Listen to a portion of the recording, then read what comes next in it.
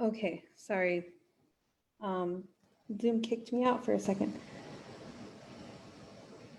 Okay, so back to where we were. These are our holistic health statistics, and we just went over them. So our average life expectancy is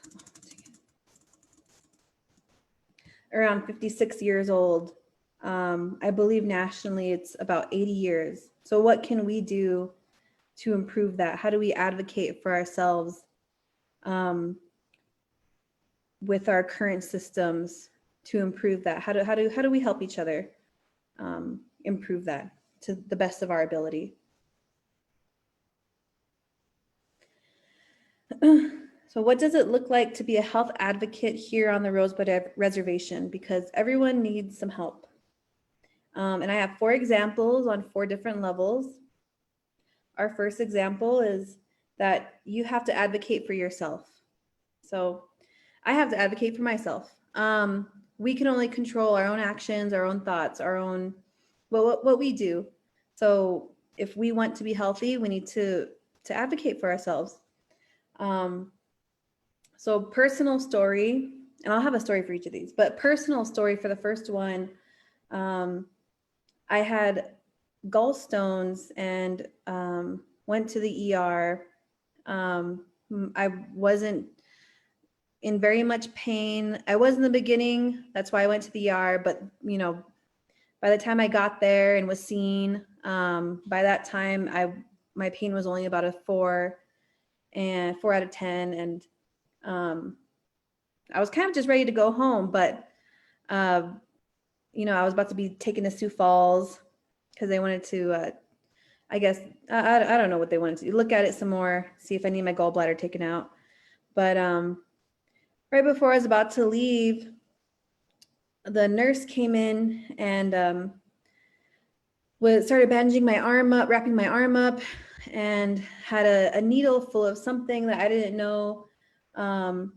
And she was about to inject it when I told her to stop. And I asked her, "What is that?" And she said, "It's morphine." And I told her, "No." I pulled my arm away. I said, "What are you doing? You're trying to inject a narcotic into me. I didn't ask for this. No one said anything that I needed morphine. I don't need morphine." Yeah, so it's always good to ask questions. Ask questions all the time. That's my advice. When you advocate for yourself or for anyone else, ask questions. And don't be afraid to ask questions. If she just said, "Well, it's saline," or, you know, something that that isn't a narcotic, or maybe even like some type of liquid painkiller, I don't know. Then maybe, you know, maybe I wouldn't feel dumb actually, because no one told me what they were injecting me with. So always ask questions, especially when it's related to your health or someone else's health. Always ask questions, because doctors are people too, physicians are people too, and people are busy and people make mistakes. So ask questions. Example number 2, you or someone else advocates for you or another individual. So one example I have of this is a friend of mine, and this is very common among people of color, which is why it didn't surprise me. When it comes to pain management, it is very well known that people of color do not get the necessary pain management that they need. And that's all around because the doctor does not believe them. So, and that's exactly what happened to one of my friends, is that a nurse that wasn't his nurse said that he's just using his painkillers for a broken arm, and that he doesn't really need them. Well, if it wasn't for his own nurse there, then he probably wouldn't have had his pain managed properly. But it was his nurse that stood up for him and advocated for him and said, "No, this is my patient. This is exactly what he needs." And that's it. And told her to stay out of his area. So one piece of advice I have when it comes to advocating for someone else or if someone else is advocating for you, believe the person you're advocating for, because other medical professionals may not. And if someone is advocating for you, make sure that they believe you. Make sure that because if they don't believe you, they're not going to advocate as much as they can for you. But if they believe you, then they'll go to the moon and back. Example 3, a larger organization advocates for you and your community. So one example is what I'm doing here. For the Sicangu CDC Health Initiative, one of my goals was that we need to make sure that everyone understands that they're an advocate and that their areas of advocacy don't have to just be over at our hospital, or does not have to stop at, I don't know, just driving someone to their doctor's appointment. Everyone is an advocate at some level and in some area or multiple areas. And what my goal here was for Sicangu CDC was to promote advocacy, to make sure that that my people, that our tribe knows that this is something you need to do, something we all need to do, be aware of, and teach. We need to teach each other to be advocates, and we need to teach our children to be advocates. So my advice on that is that our larger organizations like myself, or like Sicangu CDC, need support and need to stay connected to current issues. And you are that supportive voice. You are that person that tells us what's going on in your community. You are that person that supports us in times that we need.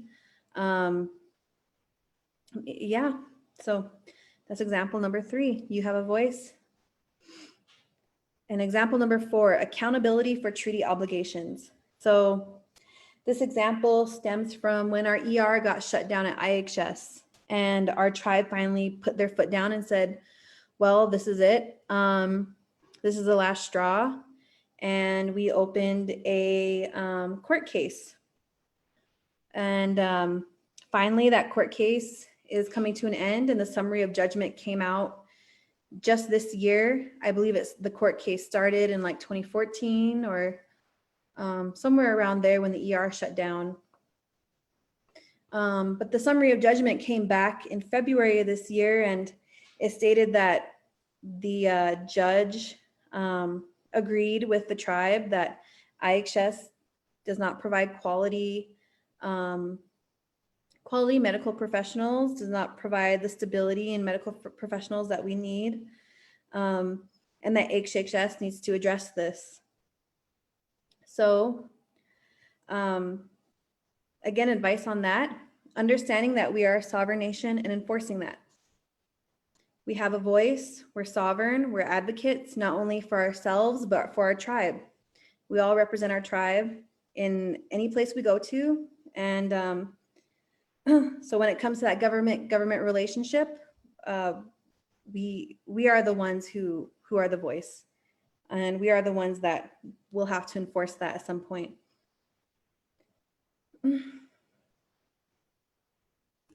If you have any other examples of advocacy, please comment below. I love reading little stories, and everyone needs to know too how you are acting as a health advocate, how maybe your children are. Maybe there are other ways of advocacy, health advocacy that we're not seeing in this presentation. Comment below and let everyone make your voice heard. Let everyone know. And finally, this is our last slide. Pilamayaye, thank you for your time and your attention. And the 3 key questions we covered today is, what is Lakota health? What is a Lakota health advocate? And why is health advocacy important for us as Lakota? You can go to our website, sicanguscdc.org, or follow us on Facebook. And again, my name is Katrina, and I'm the Sicangu CDC Health Initiative Director. My email is listed. If you have any questions or anything, you can either comment on this post or send me an email. And that is it. That is it for today. Thank you. If you fill out the form at the end of this, the first 20 participants will receive a $15. I don't know if it's going to be cash or check or how we're going to do it, but we'll get you that somehow. And then we will have a drawing probably by the end of this week or tomorrow. I'm not quite sure yet, but we'll have a drawing for the $250 Turtle Creek gift card. So please fill out the form. And thank you, everyone.